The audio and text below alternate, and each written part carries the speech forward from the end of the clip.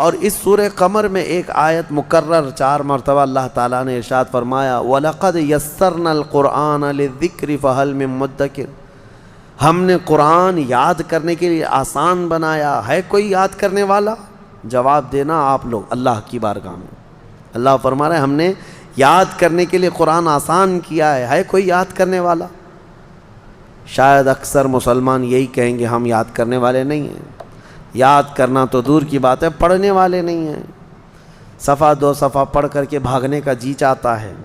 ہم دیکھتے ہیں قرآن ہاتھ میں لیتے ہی کتنے لوگوں کا دل بے قابو ہونے لگتا ہے، اکتاہٹ آنے لگتی ہے، نعوذ باللہ من ذالک۔ یہ وہ دل ہیں جو کالے ہو چکے ہیں، یہ وہ دل ہیں جو بیمار ہو چکے ہیں گناہوں کی وجہ سے، ان کے ہاتھوں میں قرآن زیادہ دیر تک نہیں آ سکتا۔ اللہ کریم فرما رہا ہے کہ ہم نے قرآن یاد کرنے کے لیے آسان بنایا۔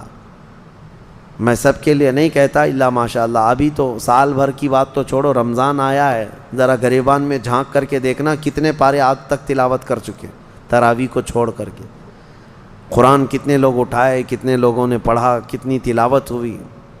اللہ کی بارگاہ میں سب جواب دینا ہوگا آپ کو۔ قرآن میں رب تعالیٰ نے بار بار فرمایا، 4 بار فرمایا ہم نے یاد کرنے کے لیے آسان بنایا، ہے کوئی یاد کرنے والا؟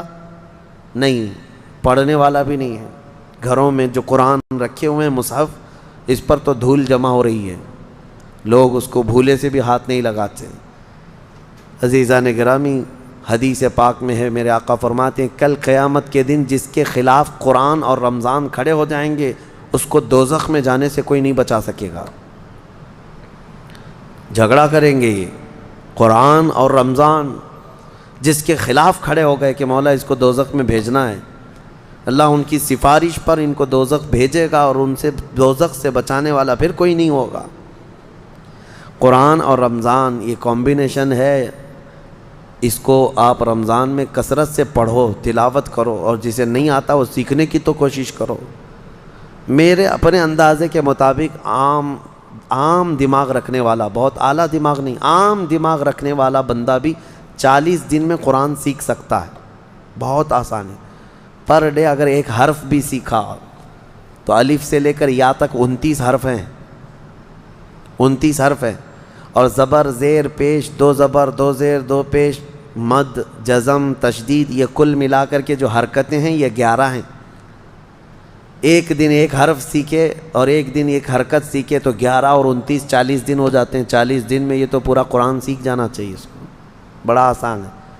میں یہ نہیں کہہ رہا کہ آج ہی بیٹھ کر کے 2 صفحے پڑھو، آج خالی الف پڑھ کر کے چلے جاؤ، دوسرے دن صرف با پڑھ کر کے چلے جاؤ، تیسرے دن صرف تا پڑھ کے چلے جاؤ، چوتھے دن صرف سا پڑھ کے چلے جاؤ۔ ایک حرف بھی ایک دن سیکھ لیا تم نے تو 40 دن میں تمہیں آ جانا چاہیے۔ برسوں ہو گئے، جوانیاں ختم ہو گئی، بڑھاپا آ گیا، لیکن قرآن نہیں آتا۔ اس کی وجہ ہے کہ تم نے کوشش ہی نہیں کیا۔ درس قرآن اگر ہم نے نہ بھلایا ہوتا، یہ زمانے نے زمانہ نہ دکھایا ہوتا، وہ زمانے میں معزز تھے مسلمان ہو کر، آج ہم خار ہوئے ہیں تاریک قرآن ہو کر، قرآن کو چھوڑ کر کے۔ بہرحال سورہ قمر کے بعد اللہ کریم نے جو سورہ ہمیں قرآن پاک میں عطا فرمائے وہ سورہ رحمان ہے۔ سورہ رحمان، اس میں جھنجھوڑنے والی آیتیں ہیں۔ اللہ تعالیٰ نے بار بار جنات اور انسانوں سے یہ سوال فرمایا فَبِأَيِّ آلَاءِ رَبِّكُمَا تُكَذِّبَانِ، بتاؤ اے جنات و انسانوں تم میری کون کون سی نعمتوں کو جھٹلاؤ گے۔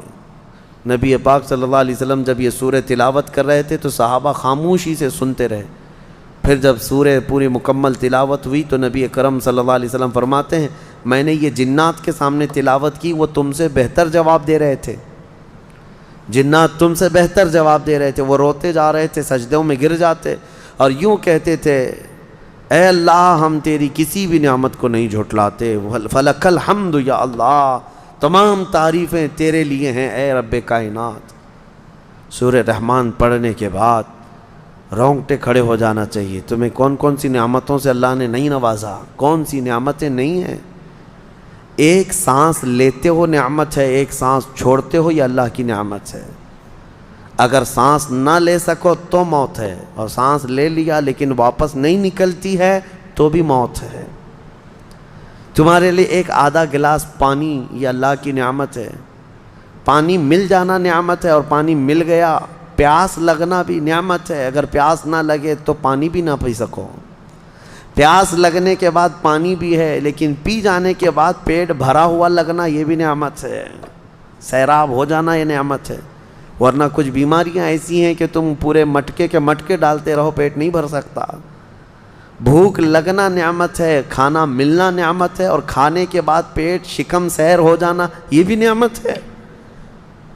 پیٹ بھرا ہوا محسوس ہونا یہ بھی نعمت ہے، ورنہ ہیضے کی بیماری ایسی ہے کہ ایک آدمی 10 مرغیاں بھی کھا لے زبان سے اس کی بھوک ختم نہیں ہوتی۔ بیماری ہے یہ دنیا میں۔ اللہ نے یہ سب نعمتوں سے تمہیں نوازا ہے۔ بھوک بھی لگتی ہے، کھانا بھی ملتا ہے، اور پیٹ بھی بھرا ہوا ہوتا ہے، اور پیٹ بھر جانے کے بعد غلاظت کا نکل کر کے جانا یہ بھی نعمت ہے۔ فضلہ نکل کر کے چلا جائے یہ بھی نعمت ہے۔ اگر نہیں نکلتا پیشاب پاخانہ، جسم میں زہر بن جاتا ہے، 3 دن سے زیادہ تم اپنے پیٹ میں یہ چیزیں روک نہیں سکو گے۔ اس کے بعد ہوگا یہ کہ پیشاب نہیں ہو رہا ہے، پخانہ نہیں ہو رہا ہے، تو جاؤ ڈائلیسس مشین میں، اس لیے کہ پیشاب کا پانی پورے جسم میں خون کے ساتھ مل کر کے تمہارا کریٹینن بڑھا دے گا۔ اور اسی کو تو ڈاکٹر لوگ ابھی پیسے چھیلتے ہیں کہ گلے میں یہاں پر مشین ڈال کر کے پورا خون نکالتے ہیں، مشین میں 4 گھنٹے تک فلٹر کرتے ہیں، پانی الگ کرتے ہیں، پھر خون الگ کر کے واپس جسم میں ڈالتے ہیں۔ اور ایسا شخص جس کا پانی نہیں نکلتا، ہر 2 دن پہ اس کو ڈائلیسس کرانا پڑتا ہے کہ پانی نکالنا ہے۔ اور پھر پانی کتنا لمیٹڈ پینا ہے، 2 دن کے اندر آدھا لیٹر پانی پینا ہے بس، اس سے زیادہ پانی نہیں پی سکتا۔ ڈاکٹر سختی سے منع کرتے ہیں۔ سوچو کون کون سی نعمتوں کو جھٹلاؤ گے اللہ کی۔ تم آج بھر بھر گلاس پانی پیتے ہو، پیشاب بھی برابر نکلتا ہے، اپنی حاجت بھی پوری برابر ہو جاتی ہے۔ جس دن یہ رک گیا تو تمہارے جسم میں زہر بن جائے گا، زہر بن جائے گا، کوئی نکال نہیں سکے گا تمہیں۔ اسی لیے حاتم اعصم رحمۃ اللہ تعالیٰ علیہ نے خلیفہ وقت ہارون رشید سے پوچھا کہ اگر تمہیں کہیں پانی نہیں مل رہا ہو، ایک آدھا گلاس پانی کوئی دینا چاہتا ہے تو تم کتنی قیمت میں خریدو گے؟ انہوں نے کہا میں اپنی آدھی سلطنت دے دوں گا، اگر جان بچانے کے لیے پانی خریدنا پڑے، جان ہے اصل۔ کہا اچھا پانی تو پی لیا لیکن نکلتا نہیں، لیکن کوئی نکالنے والا حکیم مل جائے تو اس کو کیا قیمت میں دے کر کے تم پانی نکلواؤ گے؟ کہا اپنی باقی آدھی سلطنت دے دوں گا کہ پانی نکال دے جسم سے۔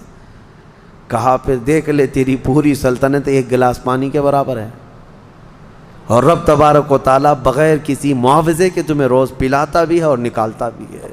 فَبِأَيِّ آلَاءِ رَبِّكُمَا تُكَذِّبَانِ، تم پیدا ہوئے تھے اس وقت سے مولا کریم تمہاری ایسی نگرانی رکھا ہے۔ تم ماں کے پیٹ میں تھے تو تمہیں ناف کے ذریعے سے رزق پہنچاتا رہا، جب تم جسم سے باہر آئے ماں کے دنیا میں آئے تو ماں کا خون جو ہے دودھ میں بدل کر کے اس کے سینے میں تمہاری غذا بنا دی۔ جب جب بچے کو بھوک لگتی ہے اور ماں کے سینے میں خود دودھ پیدا ہوتا ہے، کون بناتا ہے یہ دودھ؟ کون بناتا ہے؟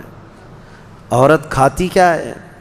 ارے وہ پھل کھا رہی ہے، فروٹ کھا رہی ہے، گوشت کھا رہی ہے، مچھلی کھا رہی ہے، انڈا کھا رہی ہے، کہیں یہ ساری چیزیں کھا رہی ہے، لیکن سب جانے کے بعد اس کے جسم میں دودھ بنتا کیسے؟ برابر کبھی سوچا؟ سیم چیزیں مرد بھی کھاتا ہے، سیم چیزیں عورت بھی کھاتی ہے، لیکن مرد کے سینے میں تو دودھ نہیں بنتا۔ عورت کی خصوصیت ہے، عورت کے سینے میں دودھ اس لیے بنایا جاتا ہے کہ اللہ نے بچے کی پرورش کا نظام رکھا ہے، تمہارا رزق اس کے سینے میں رکھا ہے اللہ نے۔